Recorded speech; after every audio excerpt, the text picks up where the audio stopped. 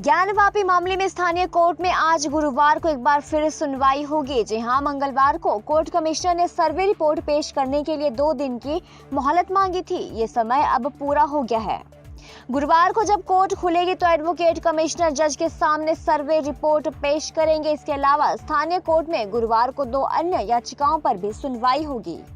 आपको बता दें कि एक याचिका में कोर्ट कमीशन ने ज्ञानवापी परिसर में सर्वे में मिले शिवलिंग की पूजा करने की अनुमति मांगी गई है। इसके अलावा याचिका में ज्ञानवापी परिसर में बेसमेंट की दीवारों को गिराने और मामले के अन्य सबूत इकट्ठा करने के लिए मलबा हटाने की भी मांग की गई है। तो वहीं मंगलवार को एक अन्य याचिका दायर की गई थी। इसमें ज्ञानवापी मस्जिद के सील किए गए इलाके से पाइपलाइन को शिफ्टिंग करने का निर्देश देने की मांग की गई है। ये याचिका डिस्ट्रिक्ट गवर्नमेंट काउंसिलिंग के वकील महेंद्र प्रसाद पांडे ने दायर की थी। आपको बता दें कि इस याचिका के एक दिन बाद कोर्ट ने मस्जिद के अंदर के क्षेत्र को सील करने का आदेश दिया था, जहां दावा ये भी किया गया था कि सर्वे के अंतिम दिन वहां एक शिवलिंग पाया गया था। अदालत ने आवेदन स्वीकार कर लिया और सुनवाई की अगली तारीख 18 मई तय की थी, लेकिन अब 19 मई को यानी कि आज इस मामले की सुनवाई होगी।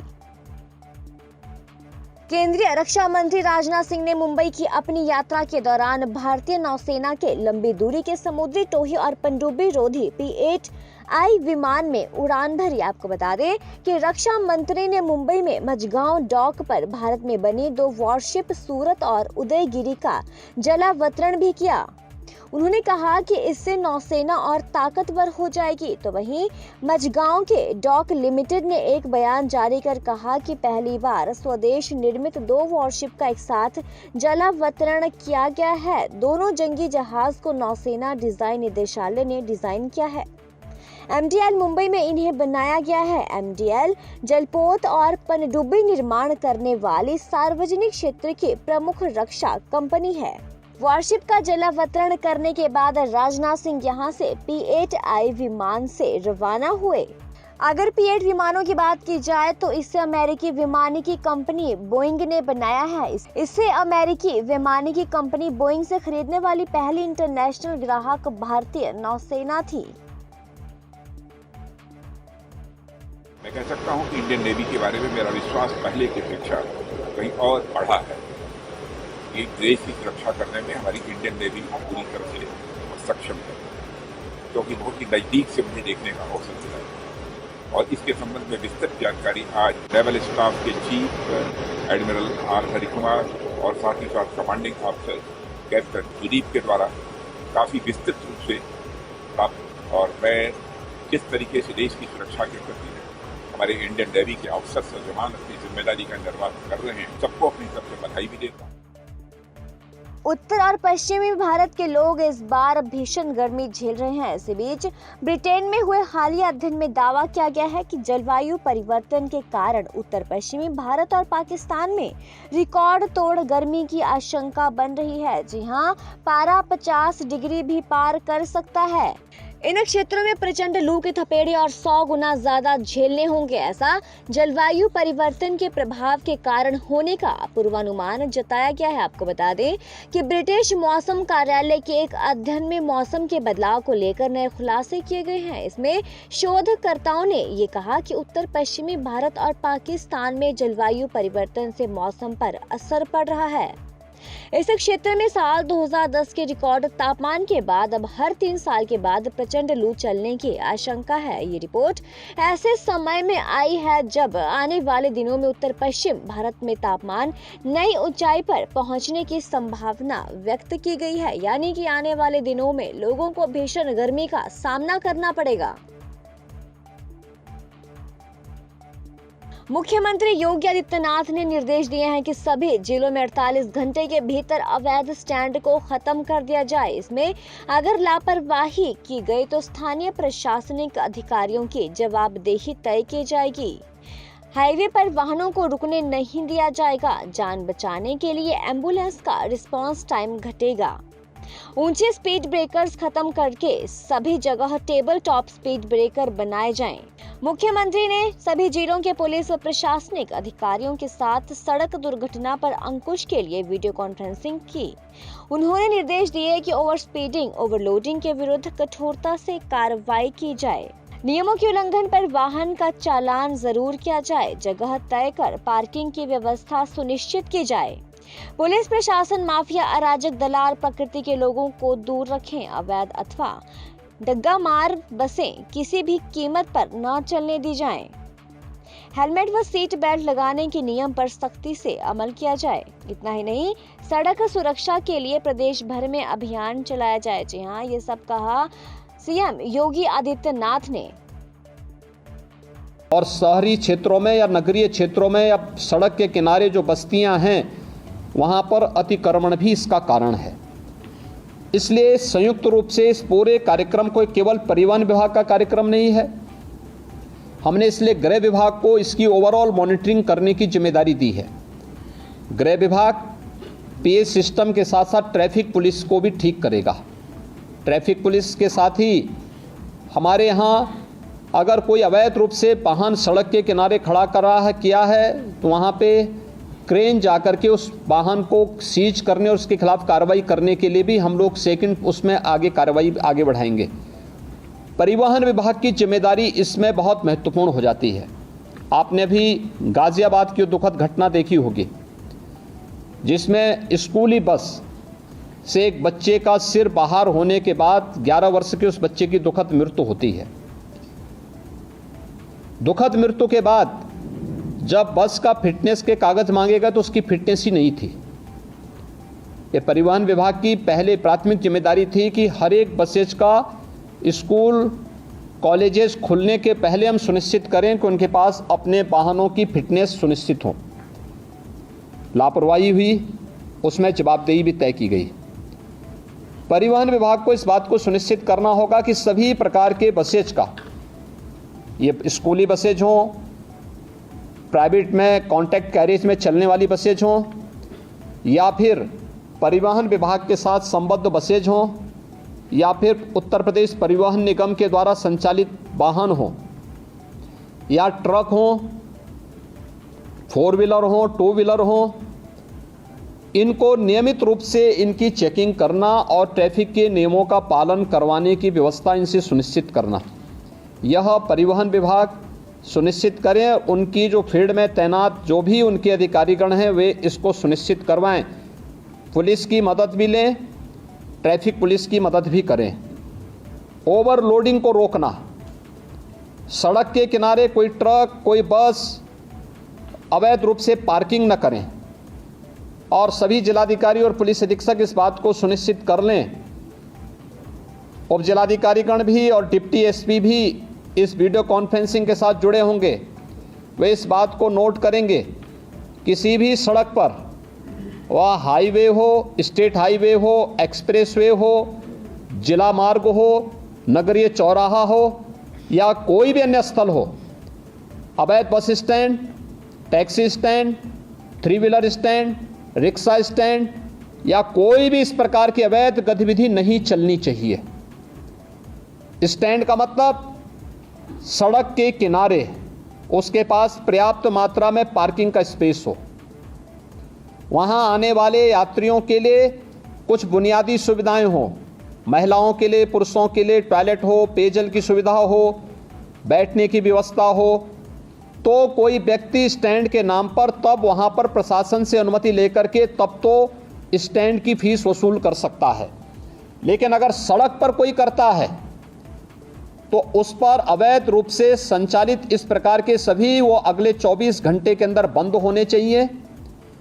बंद होने के साथ ही हमें सुनिश्चित करें कि अगर कोई व्यक्ति इस तरीके के उसको करने का अभ्यस्त है तो उसमें एफआईआर लॉन्च करके, गैंगस्टर के अंदर एफआईआर लॉन्च करके उसमें फिर हमें उसकी पूरी संपत्ति को जब्त करना चाहिए। उसने इस प्रकार के अवैध वसूली से जो पैसा कमाया है वह राजकोष में वो पैसा आना चाहिए। इसकी कार्रवाई हमारी आगे बढ़ जानी चाहिए। इसलिए अवैध रूप से स्टैंड नहीं चलेंगे।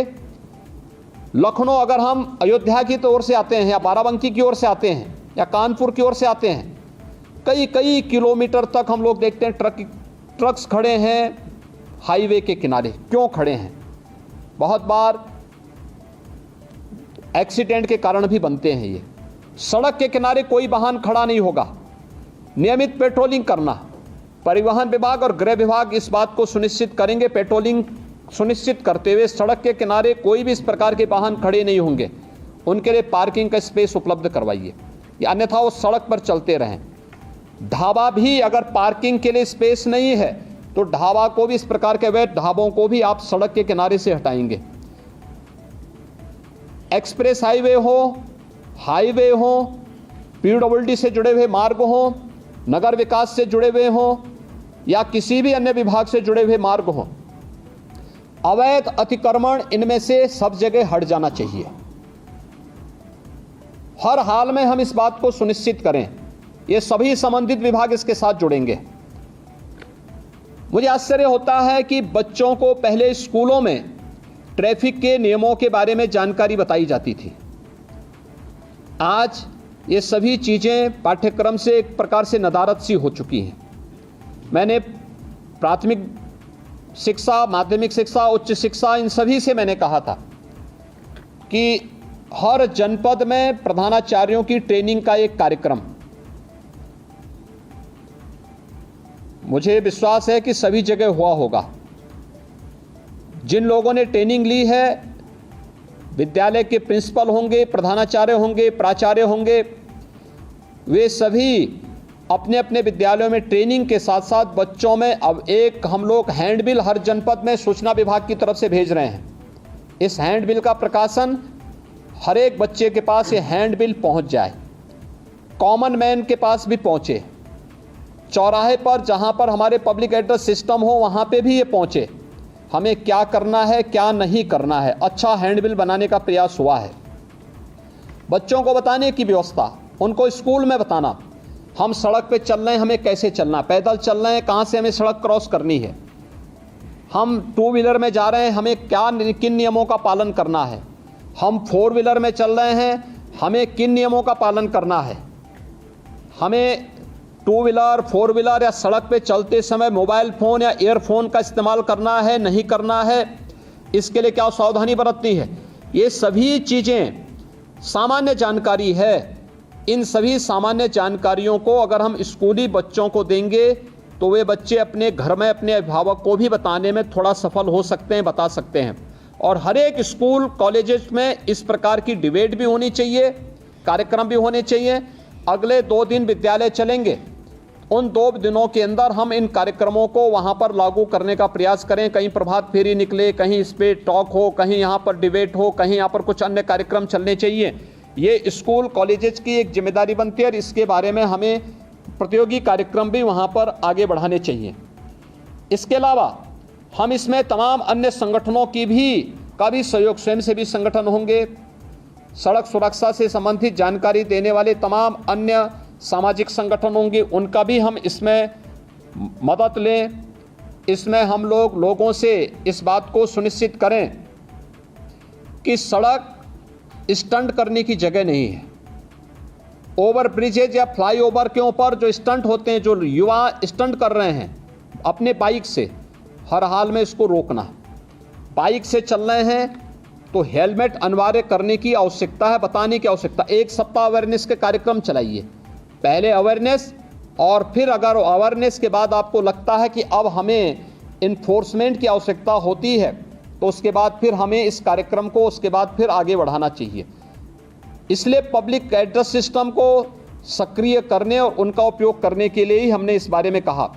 हैंडबिल का वितरण, होर्डिंग्स लगाना, हर एक जनपद में, हर एक चौराहे पर, हर एक स्तर पर सूचना विभाग से इसके बारे में पूरी जानकारी लेकर के सावधानी बरतने की दिशा से अच्छे होर्डिंग्स परिवहन विभाग के द्वारा, गृह विभाग के द्वारा, नगर विकास विभाग के द्वारा, पीडब्ल्यूडी के द्वारा, अन्य सभी संबंधित शिक्षा विभाग के द्वारा, इनके द्वारा हर एक स्तर पर लगाने की आवश्यकता है। इसके पोस्टर बनाए जा सकते हैं, एलईडी में, एफएम रेडियो पर, लोकल स्तर पर इसके हम तमाम कार्यक्रम इसके आगे बढ़ा सकते हैं। ये चीज़ें हम सुनिश्चित करें।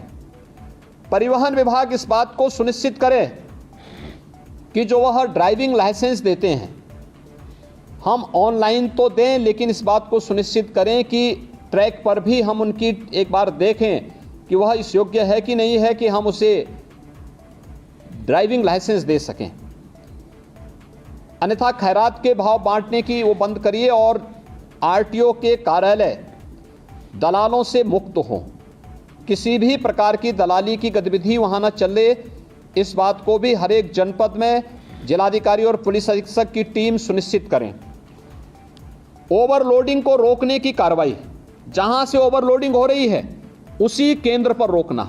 ऐसा नहीं कि आप सड़क पे लेके आ रहे हैं और सड़क पर लेकर आने के बाद फिर सड़क पर अवैध रूप से जाम लग रहा है, लंबा जाम में लोगों को फंसना पड़ रहा है। जहां से हो रहा है वहां से आप बोलिए कि 5 टन की क्षमता है तो उसमें 15 टन नहीं जाएगा या 10 टन नहीं जाएगा। जितनी क्षमता होगी उसी हिसाब से आप उसको रिलैक्सेशन दे सकते हैं, लेकिन उससे ज़्यादा नहीं। सड़कें खराब होती हैं और फिर उसके बाद जहां मर्जी आती है वहां वो अपना ट्रक और अपना वाहन खड़ा करके शेष अन्य लोगों के भी आना जाने को पूरी तरह बाधित करते हैं। अच्छा होगा जिस दिन स्कूल कॉलेजेस बंद होंगे उस दिन हम अभिभावकों के साथ भी इस प्रकार की चर्चा करें, सड़क सुरक्षा पे चर्चा करें कि आप अपने पाले को लेके स्कूल आ रहे हैं तो कम से कम हेलमेट पहन कर के आएँ। बाइक से आ रहे हैं हेलमेट पहन के आएँ, 4 व्हीलर से आ रहे हैं तो सीट बेल्ट को लगा कर के आएँ। बच्चे को सड़क सुरक्षा के बारे में, कहाँ से सड़क क्रॉस करनी है इसके बारे में जानकारी दें। ऐसा नहीं कि कहीं भी वो क्रॉस कर रहा है और बिना देखे चल रहा है, चपेटे में आएगा तो उसके बाद फिर बोलने की आवश्यकता नहीं। इन चीज़ों को हम उसके बारे में देखें। सड़क सुधार से संबंधित जो अन्य मामले हैं जिसमें लोक पीडब्ल्यूडी का है, एनएच का है, एनएचईआई है, यूपीडा है, ईडा है, इसमें ब्लैक स्पॉट को सुधारने की कार्रवाई। ब्लैक स्पॉट के बारे में हम लगातार कहते रहे हैं। साइनेजेज कहाँ पे हमें लगाने हैं? पहले सड़कों पर वाहन कम थे, हर एक जगह लगाया जाता था। आगे अंधा मोड़ है, आगे पुल है, आगे स्कूल है, आगे हॉस्पिटल है, आज सभी साइनेजेस हट चुके हैं।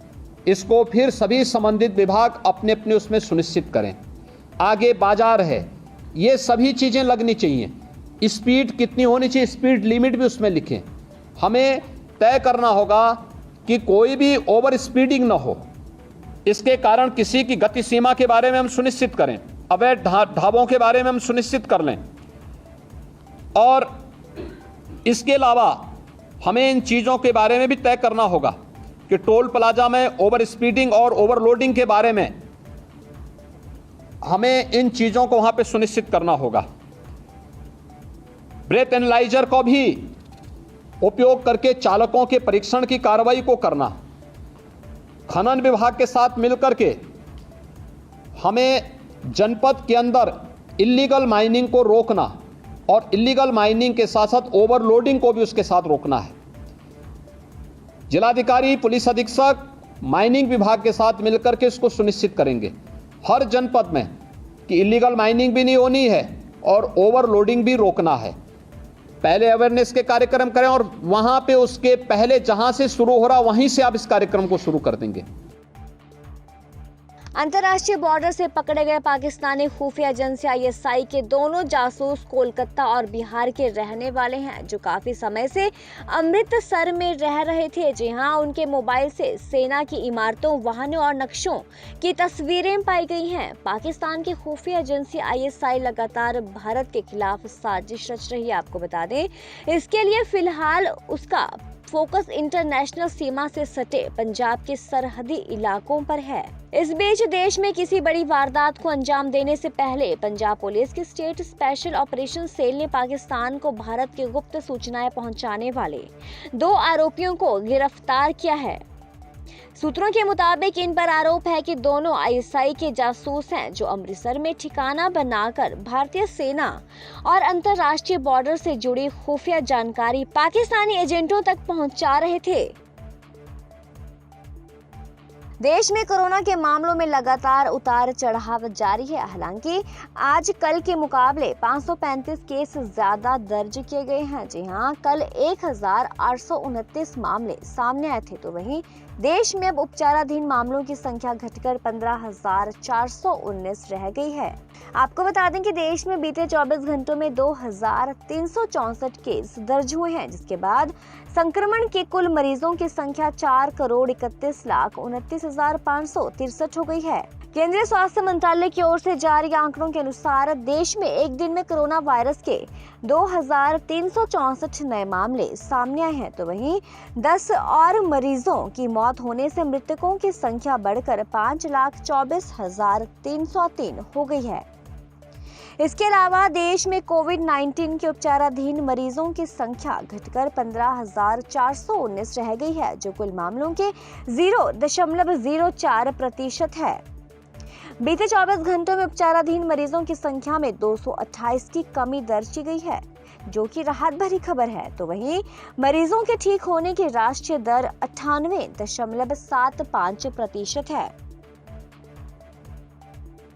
तो वहीं रक्षा मंत्री राजनाथ सिंह अंतर्राष्ट्रीय योग दिवस काउंटडाउन कार्यक्रम में शामिल हुए। रक्षा मंत्री राजनाथ सिंह ने कहा कि योग देश की प्रमुख विरासतों में से एक है, जो हमारे जीवन में नई ऊर्जा, नया उत्साह और नई स्फूर्ति को जोड़ता है। योग उसे कहते हैं जो हमारी तन, मन, बुद्धि और आत्मा इनमें एक आत्मीयता ला सके। योग का शाब्दिक अर्थ जोड़ना होता है। सभी को इस बात की जानकारी है कि 31 जून को हम अंतर्राष्ट्रीय योगा दिवस के रूप में मनाते हैं, लेकिन केंद्र सरकार ने फैसला किया कि 31 जून के पहले भी एक कार्यक्रम होना चाहिए योगा का, और उसी फैसले के अनुरूप ही हम लोगों ने फैसला किया कि उसके लगभग महीने भर पहले हम लोग अपने विभाग का भी एक योगा का कार्यक्रम करेंगे। योगा का जहां तक प्रश्न है, आप सभी जानते हैं कि यह देश की प्रमुख विरासतों में से एक है। भारत की विरासतें तो बहुत सारी हैं, लेकिन उनमें से एक ये प्रमुख विरासत हमारी योग है, जो हमारे जीवन में यह योग एक नई ऊर्जा, नया उत्साह और नई स्फूर्ति को जोड़ता है।